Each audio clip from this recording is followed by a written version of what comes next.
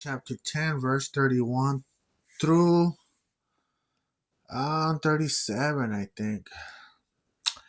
I was just reading this and I don't know, something came up to me and gave me some more information. Look at what it says right here on verse 31. Now, by chance, a certain priest came down the road, and when he saw him, he passed by on the other side. Likewise, a Levite, when he arrived at the place, um, so basically, the priest went to the other side, passed by on the other side, went to the other side of the street, the other side of the road to avoid this person. And likewise, the Levite, when he arrived at that place, came and looked and passed by on the other side. But a certain Samaritan, as he journeyed, came where he was, and when he saw him, he had compassion. So he went to him and bandaged his wounds, pouring on oil and wine, and he set him on his own animal, brought him to an inn, and took care of him. So I did some research on inn and inn. So it kind of gave me Hebrews.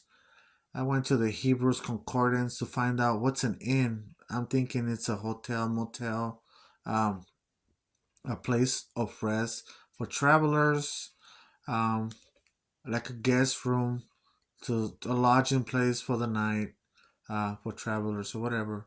That's what I'm thinking. And it gave me another Bible verse. Um, I should read it to you. Um, it's in Luke chapter verse 2, um, verse 7. Talking about Jesus and Mary and Joseph. Watch, let me just read it. Um, let me look for the page. 27, 27. It's I believe it's 27. There it is. It's over here. I don't know if you guys can see it.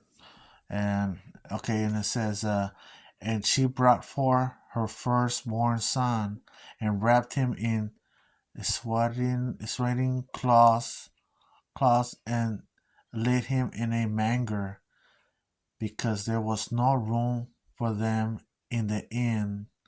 They're talking about when Jesus was born. There was no place for them in the inn. There was no room. There was no room. So perhaps maybe they were the first hotels, um, during Jesus' time or before. Um, wow. So I did some research, and it says a place in Palestine, and then I kept on going and going, and it gave me H3829, a place near Shiloh or Ephraim. Um, that's what I guess that's what it means. And some people, the travelers, they'll just pitch their tent and they'll camp right there on the spot or on the square, on the open square, whatever that means. Um, but yeah, so let's continue reading this. Let me see where did I left off. Um, but a certain Samaritan, as he journey came where he was, and when he saw him, he had compassion. So he went to him and bandaged his wounds, pouring on oil and wine. Pouring on oil and wine. Wow. Because back then there was no anesthesia, so they would use a strong drink or something, wine to numb alcohol or something. I don't know. Um, to numb some wounds. Um, and he set him on his own animal, brought him to an inn, and took care of him.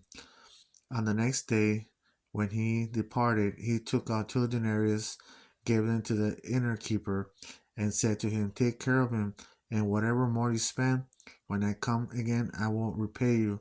So, which of these three do you think was neighbor to him who fell among the thieves? And he said, "He who showed mercy on him." Then Jesus said to him, "Go and do likewise." All right.